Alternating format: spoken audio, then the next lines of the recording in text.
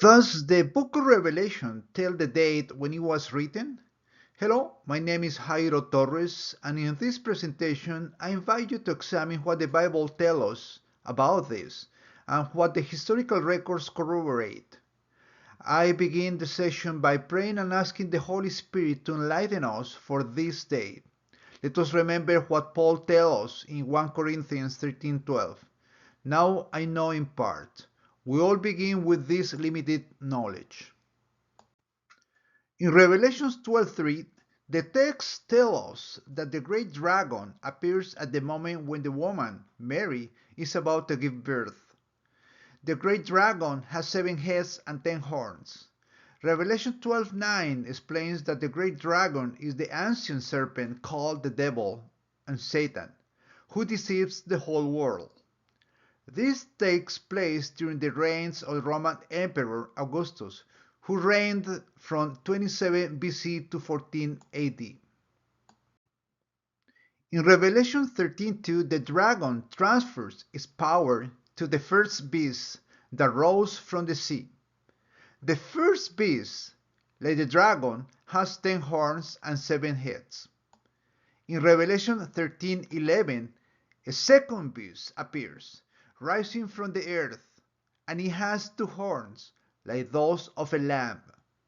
From Revelation 13:12, we see that the first and second beasts are connected, as the second beast exercises all the authority of the first beast.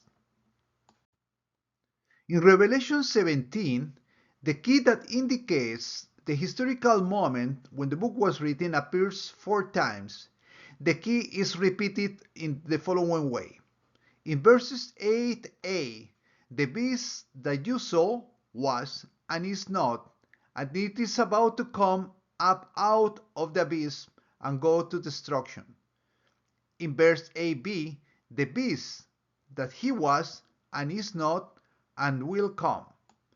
In verse 10, and the 7 heads, 5 have fallen, one is, the other has not yet come, and when he comes, he must remain a little while. And in verse 11, the beast which was and is not is himself also an 8th, and is one of the 7, and he goes to the destruction. In Revelation 17:9-10, John tells us that the 7 heads are 7 kings, 5 of whom have fallen, meaning they no longer reign. They're probably dead. Then John continues with 1 is, indicating that he's writing from the reign of the 6th king. John then adds, and another has not yet come, and when he comes, he must remain only for a little while. This indicates that the next emperor will reign for a very short time. So the question is, where do we begin counting the emperors?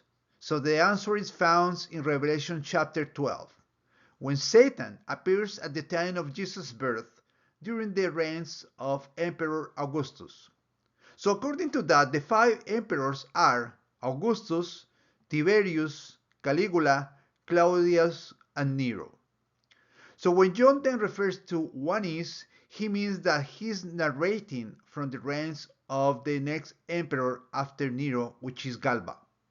Finally, John gives us one more detail to assure us that the emperor after Galba will reign for a short time. So this is the case in history for the Emperor Otto, who reigned for 3 months, which is the shortest time for a Roman emperor. In verse 11, John refers to the legend that spread for more than 200 years that Nero would return as the 8th who came for the first 7. In summary, from the beginning of verse 8, John refers to the beast as Nero and his predecessors. It is Alba, the emperor at the time John received these revelations. However, John warns us that the beast will be, as other emperors will persecute Christians in the future. In conclusion, the book of Revelations was received and written in the year 68 AD. John was most likely exiled during Nero's reign, and it was common practice to release prisoners when the new emperor began to reign.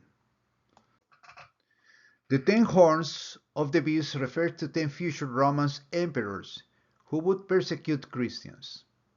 After these 10 emperors, one appeared and rescued the Roman Empire from its near imminent collapse, which almost destroyed it. Historically refers as to the crisis of the 3rd century. John refers to this crisis as the mortal wound that was healed in Revelation 13:12 and 13:14. This emperor divided his empire in two and came from the land, for he was a soldier of limited resources like a lamb, who rose through the ranks militarily, unlike the previous emperors who came from powerful and wealthy families, as John refers to them from the sea. In conclusion, the book of Revelation indicates the day when it was written, and it was in the year 68 AD. Let us remember our limitations that we have, as Paul states in 1 Corinthians 13:12. We hope to learn more details when we are in the presence of the Lord. Thank you for listening. Any comments that help us improve our understanding are welcome. Blessings, Jairo.